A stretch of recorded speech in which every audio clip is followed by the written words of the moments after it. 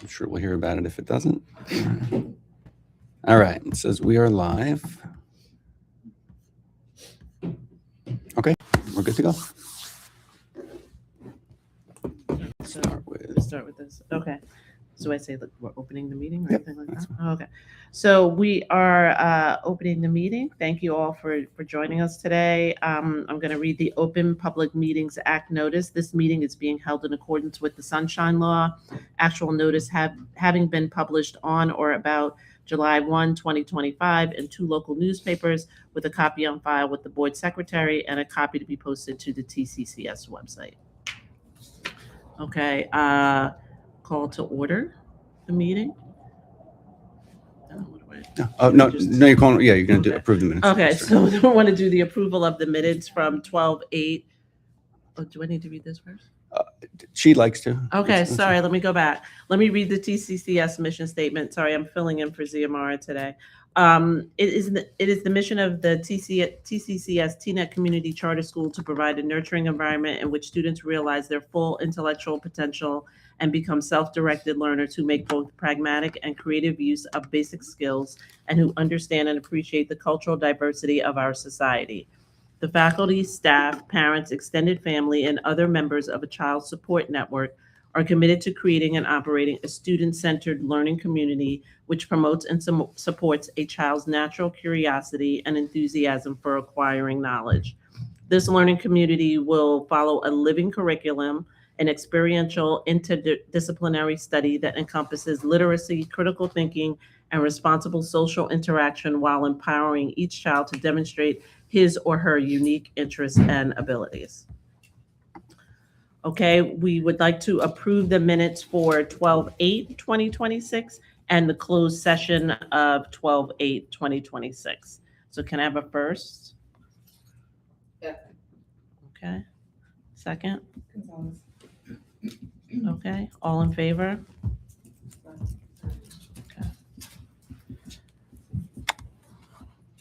Okay, and then next, the director. Okay. Hello, everybody. Thank you for coming out. Welcome. Happy New Year. Welcome back. We have some interesting business here today on the agenda, but I'm excited to share some of the things that we've got. We've got our enrollment update. First and foremost, we are currently at full enrollment with 387 students.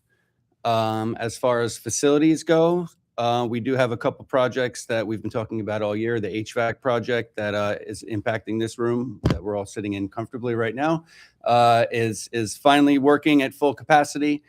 We spoke about this a little bit at our finance and facility meeting this afternoon or this evening.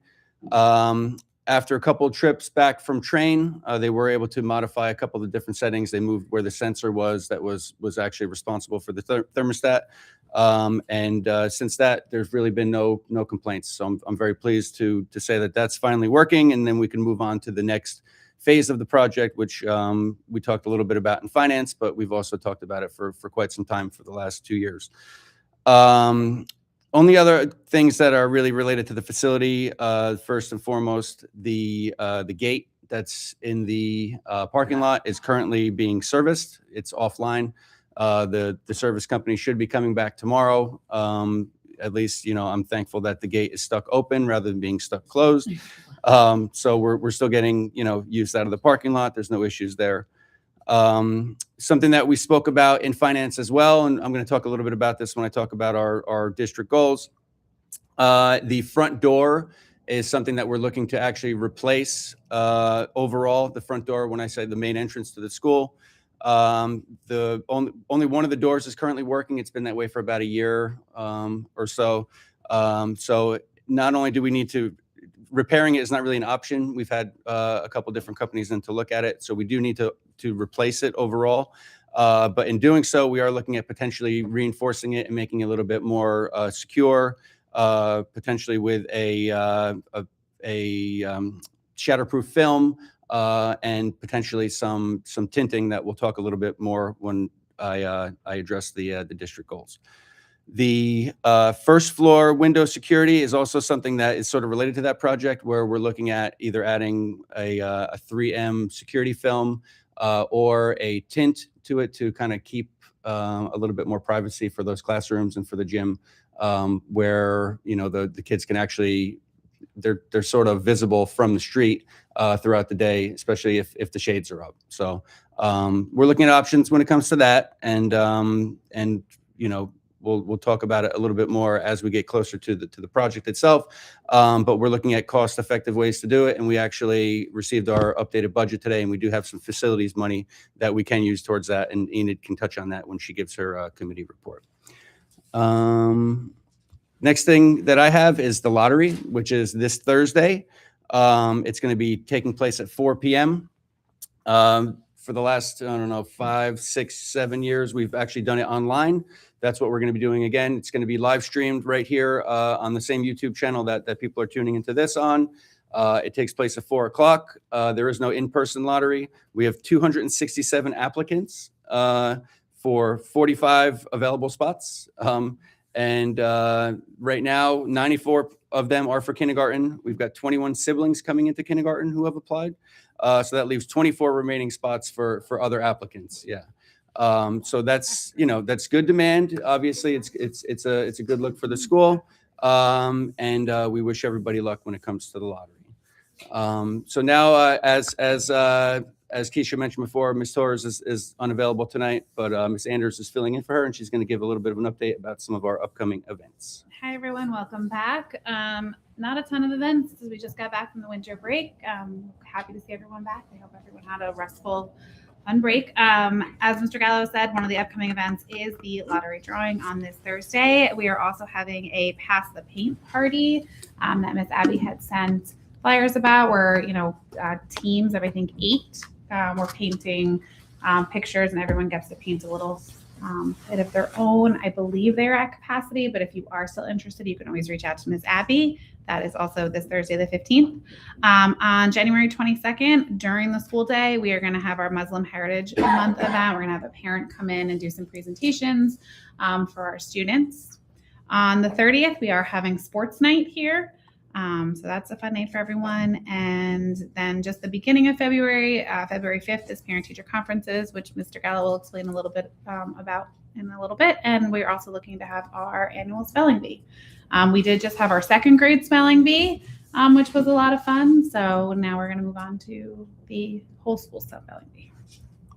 Yes. Any questions on that? We've got our spelling bee expert here. We do. Yes. All right, good.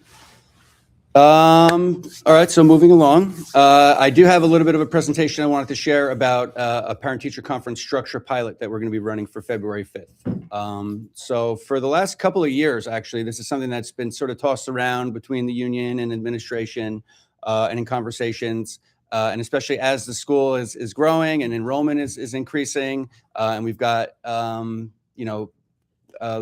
limited spots as it is, regardless for parent-teacher conferences. We decided that we want to run a pilot for doing things a little bit differently for this February 5th parent-teacher conference. So what we're going to be doing, and I shared this actually with the staff, and I presented it last Thursday. We started to talk about it. I met with the union leadership on Friday, and we kind of nailed out some of the real specifics that go along with it. And today we shared it a little bit more largely with the staff, and I'm going to send something to the families probably as soon as tomorrow to give everybody a clear idea of what's going to be happening. But for the February 5th conferences, we are going to be doing a pilot to make conferences a little bit more focused, intentional, and manageable while maintaining parent access and remaining aligned with contractual expectations. So the reason, again, that we're looking to do a pilot is because it sort of aligns with some of the goals that we have this year, and which I'm talking about next. But we do want to support more meaningful and purposeful conversations with families. So one thing that we have seen over time, because we have so many kids and limited slots as it is, often it's the parents who are always the first to sign up, are the ones who are always in constant communication with the teachers already, or they have, for some reason, they're the quickest to get in, it seems. And there are often times when we run out of slots or slots aren't available, and there are parents that we really want to come in. And that could be for specific concerns, or it could be because there are more specific things that are pertaining to that student's larger picture, if they're an older student and they're starting to get ready for high school or whatever. But this has been a constant concern that's sort of been brought to administration from the teachers, that the way we've been doing things isn't exactly the most efficient. So we want to prioritize time for students who benefit from deeper and coordinated discussions. We're looking to improve clarity and planning for staff and for families. And we want to use the time intentionally and efficiently. All right. So for the conferences that are going to take place in 3 weeks, we are going to approach it a little bit differently. The conferences will still be taking place at the same time as they're already scheduled, right? So from 1:15 to 4 o'clock, and 5 o'clock to 8 o'clock, we're still going to be having conferences just like we always have. There's still going to be a teacher dinner break from 4 o'clock to 5 o'clock. But the one thing that's really going to change is the way that we structure the hours within there. All right. So we've got 2 priority windows that we're setting up. Again, this is all a trial, and if it doesn't work out, if it doesn't work as well as we would like it to, we could tweak it. We can go back to another way or whatever else. But this is something that we are going to be trying for kindergarten and second grade. Well, these 2 windows, I should say, they're going to be invite only. All right. So the teachers are actually in the process of letting me know which students they would really like to meet with the parents. And we're going to then be sending out next week specific invitations that go to those parents, right? With instructions for when they should log in and actually set up the conferences that we've got set aside for the invitation only window.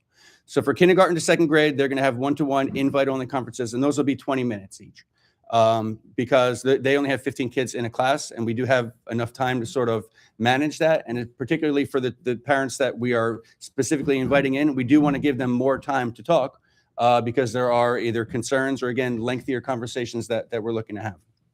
For grades 3 and 4, they would be 1-to-1 invitation blocks, but they would be 15 minutes as opposed to 10. Again, for those 2 hours that are at the beginning of the afternoon window and the evening window.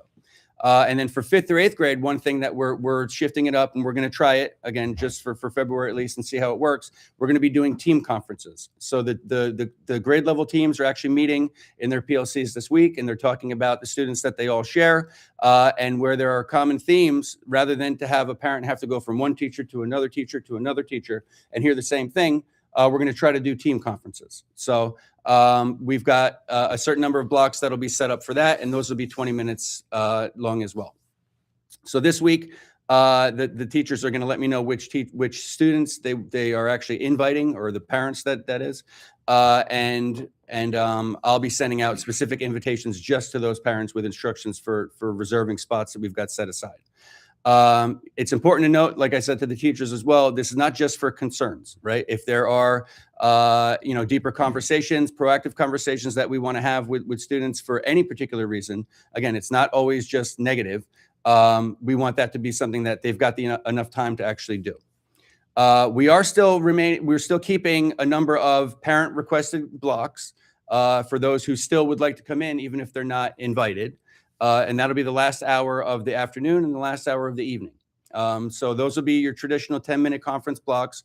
Those will be more or less a first come, first serve when that window opens. But again, those are really just more designed for a brief check-in or an update, because by the time the parent sits down and we move through the schedule, a 10-minute block is never really a 10-minute block, as many of us know. But those will still be scheduled the way that we were scheduling them before, through real time, and that's going to be a separate window that occurs after the initial reservation period. During that invite only period, specialist teachers and special ed teachers are going to be either setting up their own one-to-ones or depending on the grade level that they teach, or they will be sitting in on those team conferences for students where it's applicable. And as far as special ed goes, if there are specific concerns that are related to an IEP or whatnot, we'll be working with the case managers and looking at the meeting history and whatnot that we've had before to schedule those things appropriately.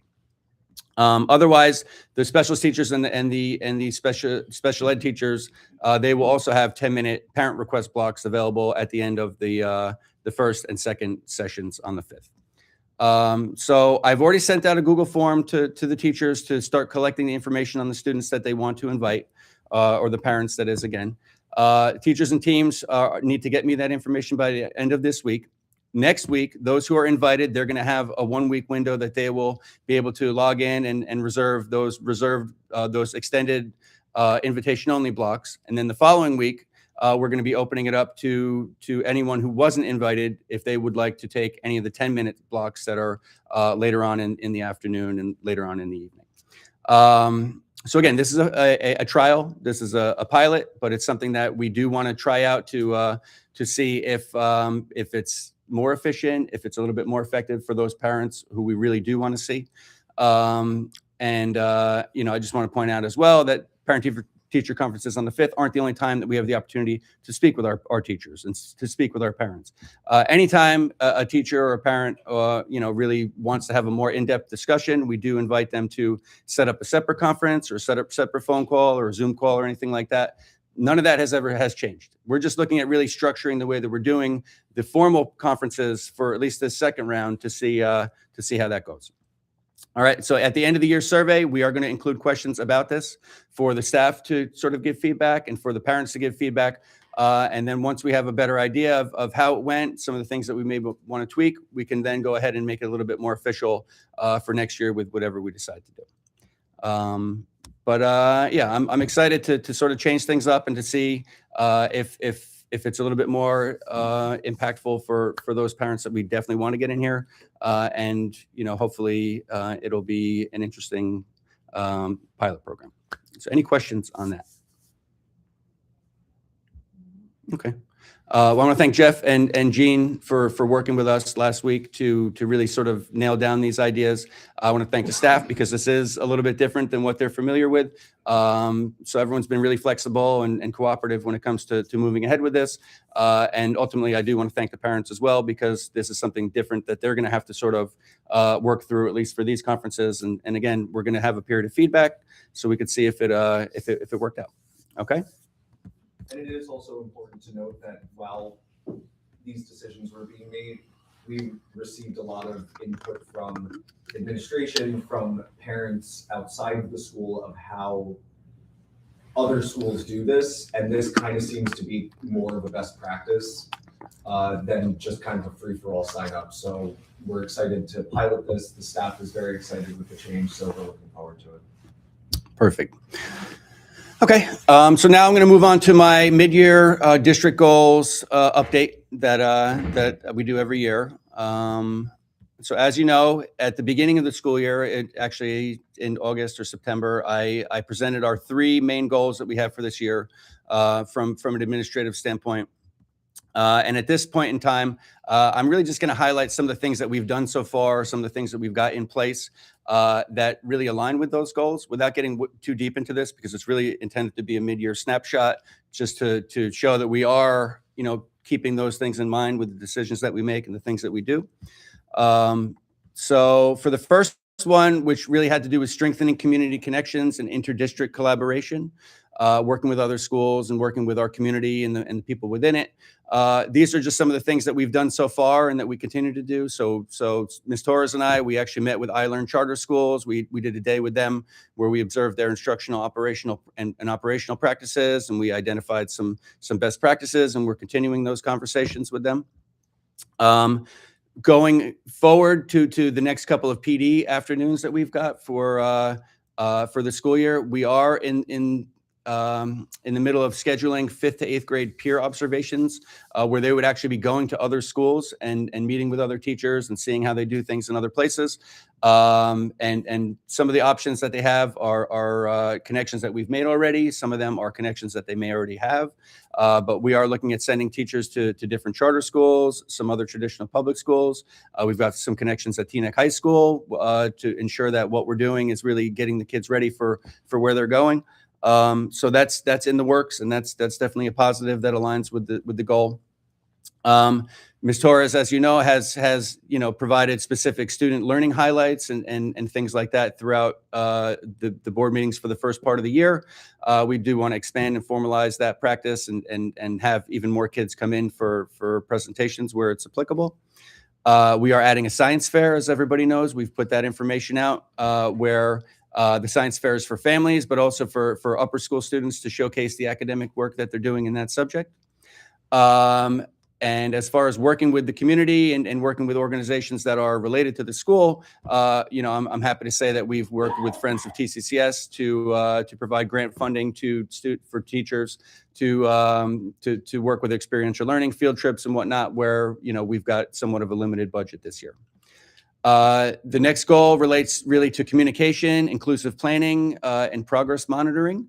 So what we have done this year is every week at the start of the week, Ms. Torres emails the staff and gives them an update on some of the events that are going on, as well as a link to include any of the pictures that you see in the Friday backpack notices.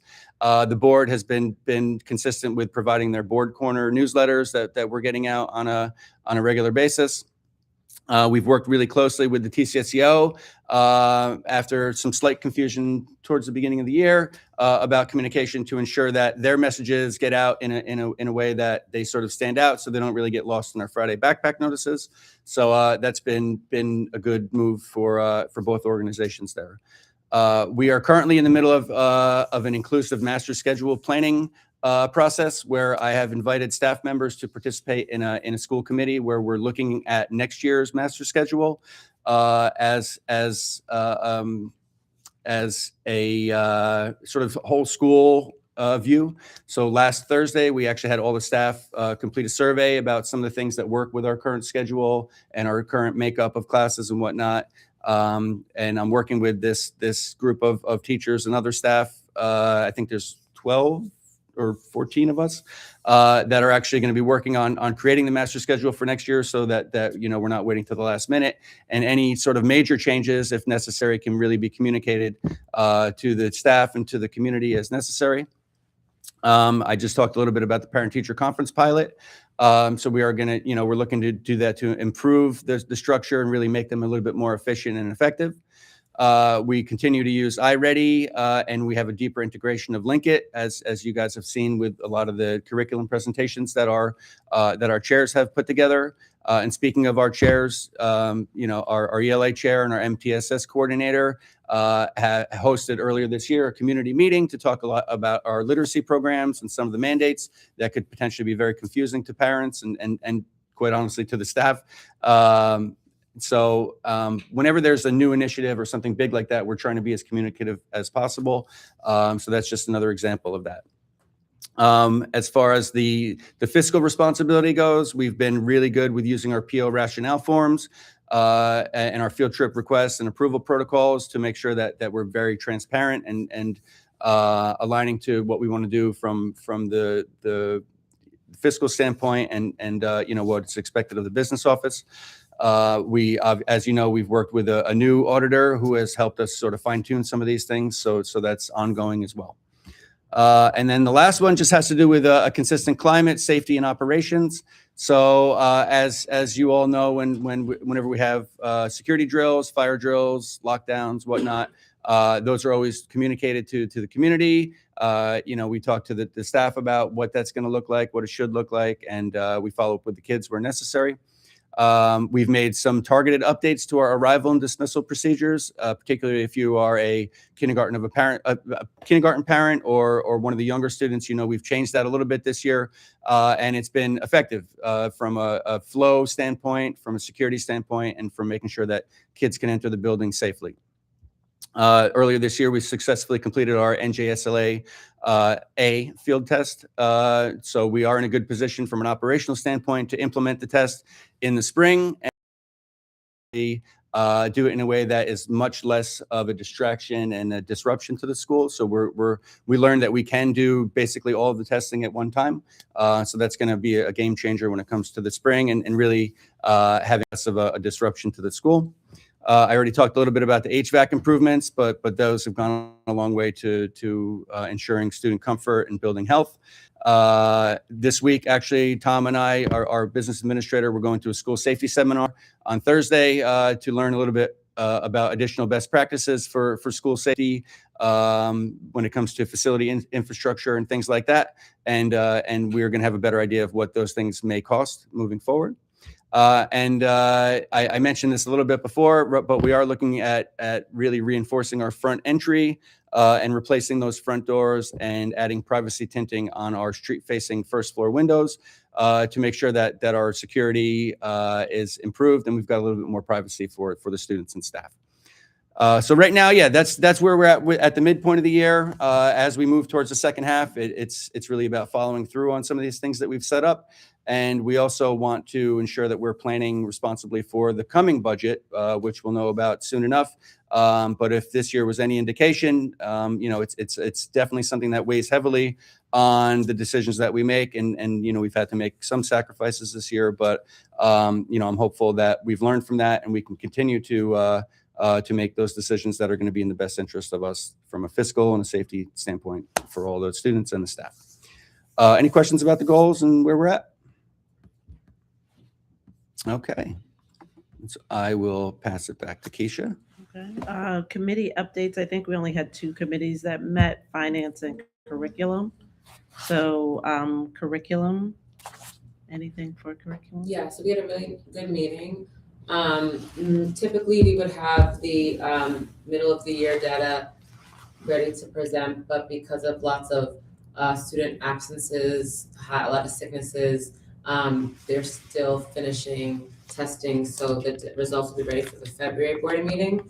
For ELA, there was a successful curriculum night on December 1st. About 10 families attended. Most of them were catered to families of catered to students. The assessment is almost done. The first round of the spelling bee happened. We're moving on to round 2, which will take place on January 21st or 22nd, and there will be a faculty spelling bee before the student spelling bee to rev it up for the students. That changed to the 5th. That changed to the 5th? Officially. It was unofficial at the time. Okay, so officially to the 5th. Okay. Yeah, February 5th, sorry. February 5th. Spelling bee, official, February 5th. Ms. Gallardo is onboarding with Mr. Minario. That's going well, that transition. For science night is being planned and having with the science fair. TCCA is sponsoring, and the science fair is going to be split into two categories. Family for grades 1 through 4 and individual for grades 5 to 8. 21 families have already registered, probably more now.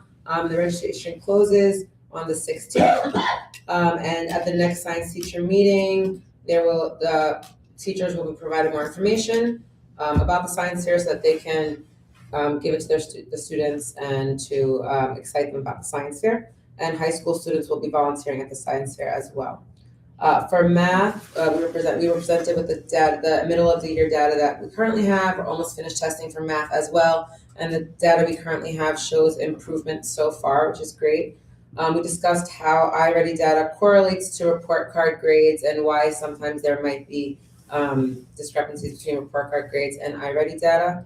And we also looked at the slide deck and how it can be made more clear for families. For social studies, we discussed the Muslim Heritage Month celebration being planned for 1/22 during the school day, and also Black History Month celebration that's starting to be planned. The date is to be determined. TCCA will sponsor the food, and we're looking for a musical performer to perform at the celebration, possibly Trustees, but also trying to be mindful of the length of the event and not have it be too long. And some parents have reached out to help plan the Black History Month celebration. And then just for future business, we looked at possibly changing when the ELA curriculum night is hosted. We looked at in the beginning of the year versus the middle of the year and whether one is better than the other, and how to, we discussed some ideas on how to get more families to attend the curriculum nights. And then we also started to discuss, and we'll continue to discuss how to celebrate student academic achievement at TCCS and how that looks, what it looks like, and going forward, how to do that. Okay. Great. Thank you. Enid, finance? Yes. So for finance, one of the main things we focused on was discussing next steps in towards replacing the door and fortifying the windows with the security tint or a tint in general. So currently they're looking into quotes for these, probably trying to lean more towards the security film with the tint if it's possible, but I think that's something they're still exploring. Otherwise, hopefully, in the next couple of days, there'll be some good quotes to come in and a decision will be made towards that. With the hopes of replacing it, I think you guys said February, with the school break. So more to follow on that.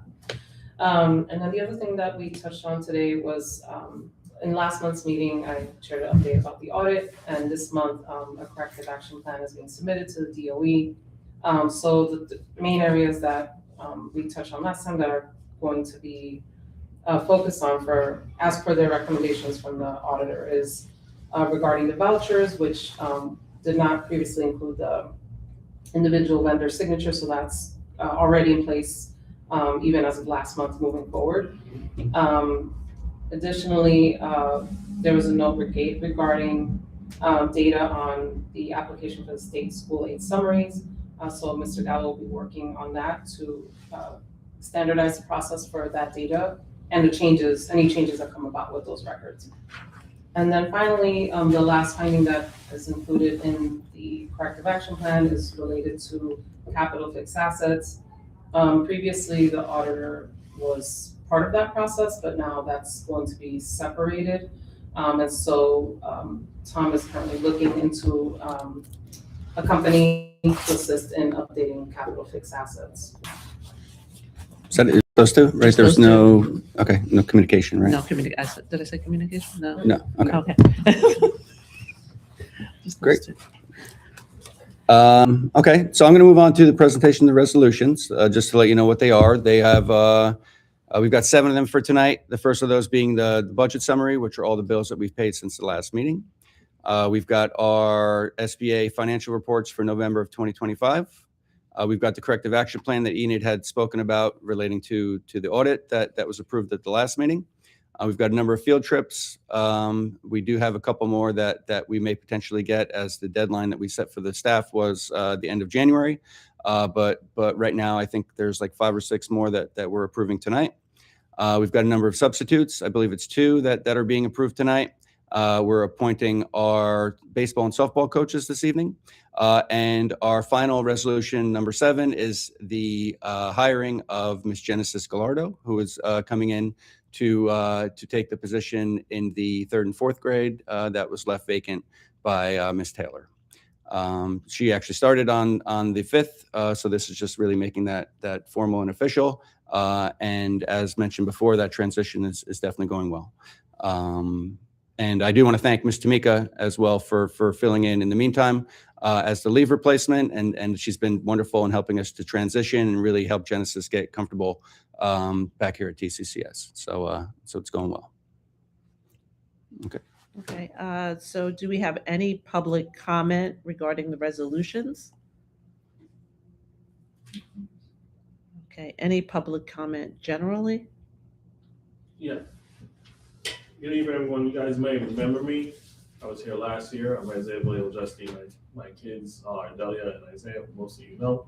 I was here last year to talk about basketball, and I'm back. And last year I came and I said, there's a lot going on, right? These kids are coming. And now one of them has come. And he's playing against kids that are 3 or 4 years older than him. From my understanding, he's doing really well, right? And I have with me 5 other parents of the other kids that are coming next year. They're kind of known as the Charter 6. They include my kid as well, right? And they're all best friends. And they all play together on the same team right now. But when they come, and then the year after that, you have Kobe Banks coming, who's the #1 rated 3rd grader in the state of New Jersey. And like number 5 or 6 in the nation. And then you have his little brother Kyrie coming. I want to just I don't really want to, if we could avoid student names on a public meeting, thank you. All right. So you have on the boys' side all these kids coming. On the girls' side, you have a few very good basketball players coming as well, right? And so I said last year we have to figure something out, right? And so this year I'm back with somewhat of an idea, somewhat of a proposal, and with friends who can speak as well, right? And I think what we need here is we need a parent kind of program to support the basketball program. Very similar to what we have with performing arts, right? Performing arts is somewhat bar none when it comes to what we do. The basketball program should be the same. And by basketball program, I mean both boys and girls. Obviously, you have to, whatever you do for the boys, you have to do for the girls. And the reason why the goal in this is not to create the best basketball program around, right? The goal in this is to diversify the high school educational opportunities that we're presenting to our kids. Okay, right? My daughter just went through this process, and what we found was interesting. We found that the way TCCS educates our children and the way the parental involvement is and how we come together as a community, I could not recreate that in a public school setting for high school. So when you're talking about like Tina Kai, you're talking about Bergen Academies, and you're talking about Bergen Tech, you're talking about three places that are very different from here. It may not be necessarily appropriate for all our kids. And in my opinion, it wasn't appropriate for my daughter, right? I went to a school like Bergen Academies, I went to Brooklyn Tech. It formulates you, right? Like you form in those schools.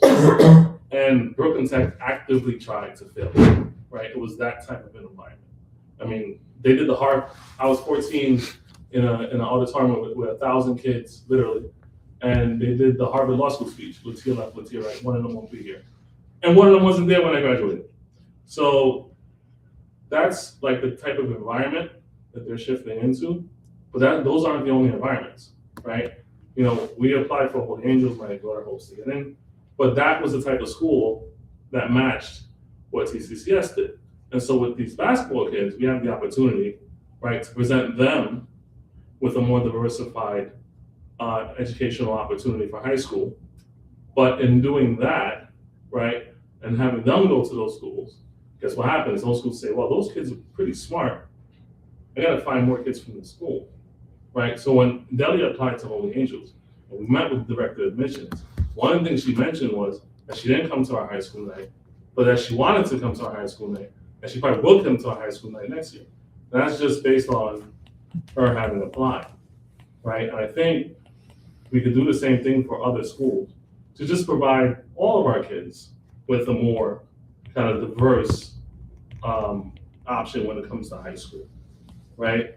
The idea is about increasing the visibility of the basketball program.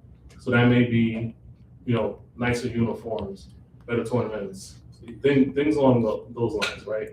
The idea is to form a partnership with the board, with the school, so that we can utilize all our resources together. You know, I've been working with Anthony, with Isaiah for a while, right? He's been really helpful and knows a lot about like kind of basketball generally in Bergen County. But if we combine all of our efforts, we can really create, I think, something special, right? Because the kids are good, right? And when the one who's playing now is in the 8th grade, and the other kids are in the 7th, and the other kids in the 6th, like, we're gonna be really, really good. Like, really good. Like, way, way better than them, right? And the question is, let's start to prepare that road so that when we get there, we can help those kids get better, but then we can help the entire school get better as well. So I'll leave it at that, and I'll let anybody else who wants to comment on it. Well, I mean, I'll just say, I thank you, Isaiah, for coming in and sharing the concept, the idea. I mean, what you said, I think is a huge part of that. Parent involvement is paramount for any sort of program like that. And, you referenced our VPA group, which is an entirely standalone nonprofit group that was developed from the ground up by parents, and they do great things for their kids. I know that. I guess in like 2 weeks, we've got another presentation.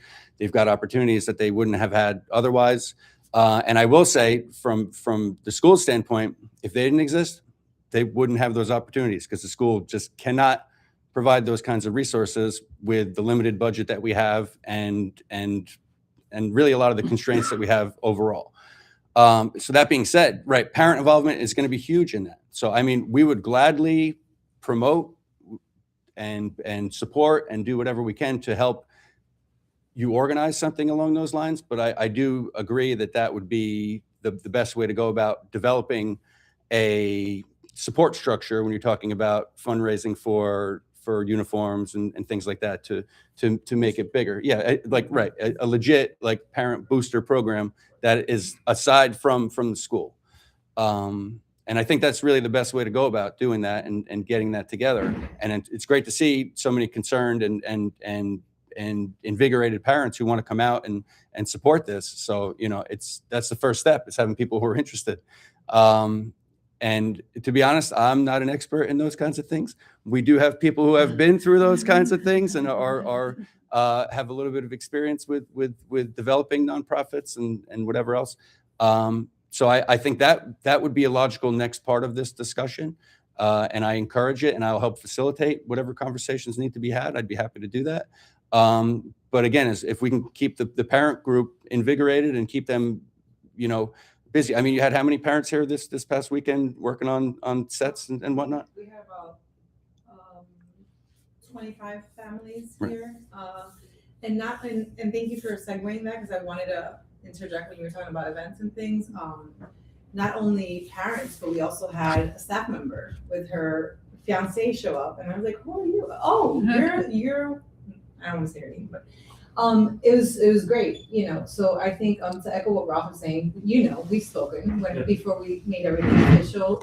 But we're happy to collaborate or help you lay out those fundamentals. I think the key is, as Ralph said, the parents. That's basically it. You don't need a lot of people. You start with a small group and it'll take off, because sports is huge at TCCS and the kids love it. We have a huge team. The boys are great, the girls are great, and I know what you mean about they're coming. So that's exciting, and I'm here for it. I think it's amazing. Just make it happen. They're not just coming, they're here. They're here. On Yeah. the girls' side, we have two of the best girls in North Jersey who play nationally. The girls are amazing. Yeah. We've won back-to-back championships, and we're going to win it this year too. There you go. So they're here you now, have our not just support. coming. So next year you come back with an update on how it's been going. Oh, yeah. Where you are. Great. Okay. Any other comments on that?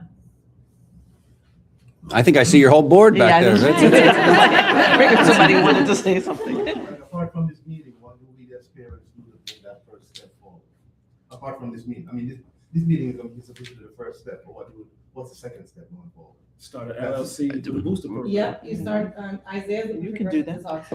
Well, I want to go so far. So you think about 501c3s, Yeah, right? Is 501c3. that everybody wants a 501c3 until they get it. Yeah. And then they get it, and they're like, "This is a lot of work." So I think you gotta. You have to have Yeah. a conversation about how much work it takes. That's gonna happen, and then, then we have the form. Yeah. Right. Although they can, there's parents now, but. Yeah, you get organized, you meet separately, you lay out the plan as to what are the things you're focusing on. Fundraising is your number one thing, first of all. So that's something, you need someone who's great at that, right? Everyone has to play a role. And you have to realize that this is time that you're giving, because that's the biggest price you're paying for this. We work on this all the time. You meet once a month, if you need to once a week, it depends on the season. During the season, I'm sure it's gonna be your busiest time, but the key is realizing how much time you're willing to put in, and focusing on fundraising. And just like I said, this program started 13 years ago with 2 people saying, hey, we're gonna do this. And now the board consists of 6, but we have teachers that are part of this committee, and we have parents that come and go, so it'll spiral, but the key is to start meeting outside of the school, get organized, and take it from there. Yeah. So. Anyway. You could talk about this all day. I think your program has invigorated more parents, because I feel like this weekend, there was many more parents there than I think I've seen, even just comparing from last year to this year. So I think laying that pathway forward is what's going to help this group start as well, but also the longevity of it, right? Like seeing that, and I think always one of the best things about this school is that parents are involved, right? 100%. That's a gift in and of itself. Yeah. So seeing that through your group, the BPA, like, I just think that's gonna help, like, even after, you know, your kids graduate, you know, so that it continues on its own and it takes a life of its own, so.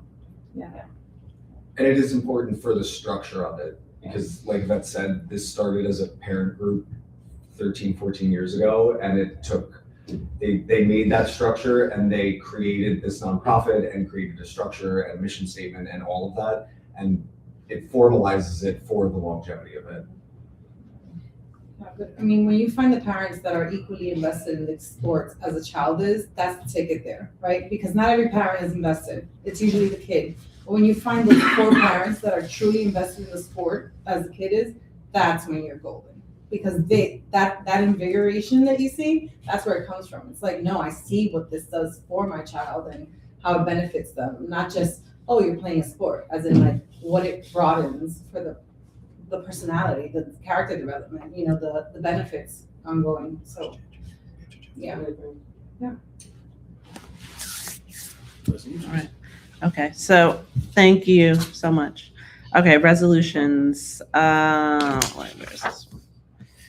Okay, so resolution 2601-01, be it resolved that the budget summary for December 9th, 2025 through January 12th, 2026, total amount $315,750 be approved. Moved by, seconded by.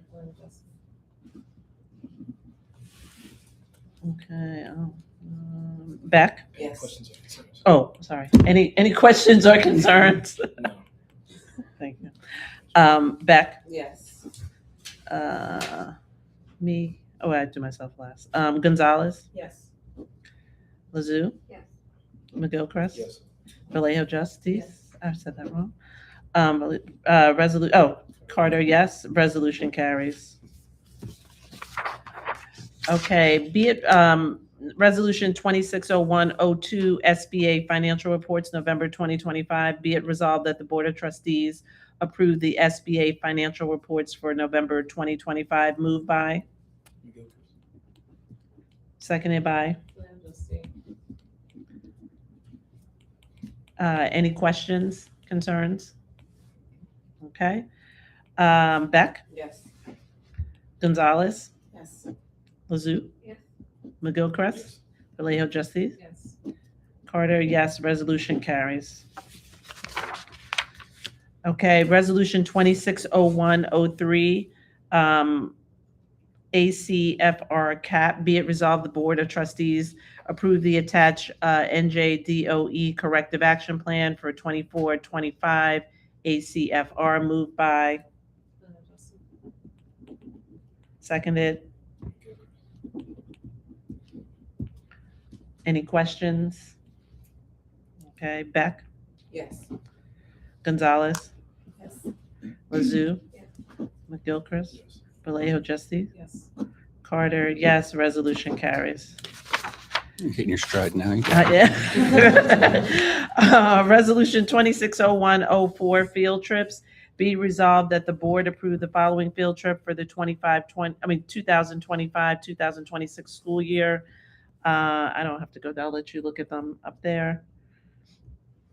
And there'll be additional trips pending administrative approval of proposals.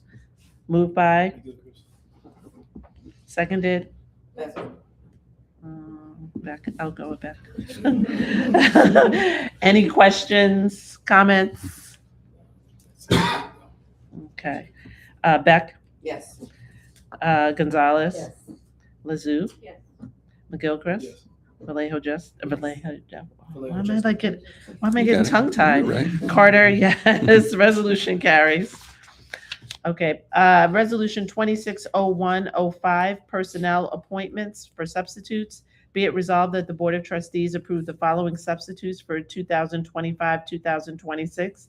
Substitute teachers at $150 a day, Irene Kim and Ethan Kupfer. Moved by, seconded by. Any questions? Is that Miss Kay's son? And Miss Lee's daughter. Oh my God.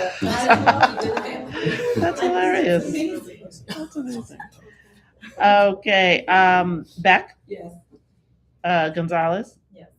Lazoo, Yes. McGilchrist, Yes. Vallejo, Justin, Carter, yes. Resolution carries. Okay, resolution 260106, personnel appointments, extracurricular. Be it resolved that the TCCS board approves the following extracurricular appointments for the 2025-2026 school year.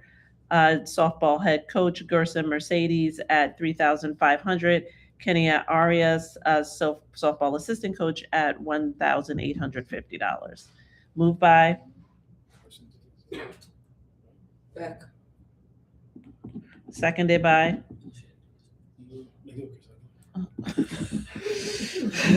you're like talking. Any questions? Okay. Beck, Yes. Gonzalez, Yes. Lazoo, Yes. McGilchrist, Yes. Vallejo, Justice, Yes. Carter, yes. Resolution carries. Resolution 260107, personnel appointment teacher. Be it resolved that the TCCS board approves the following appointment for the 2025-2026 school year effective January 5th, 2026. Genesis Gallardo, teacher, salary $66,703, BA step 8. Moved by, seconded by. Any questions? Concerns? Okay. Beck, Yes. Gonzalez, Yes. Lazoo, McGilchrist, Yes. Vallejo, Justin, Yes. Carter, yes. Resolution carries. And what do I? That's it. Oh, okay. Close the meeting, 7:56. Close the meeting at 7:56. Thank you all for coming. Wasn't me. Okay, what do I don't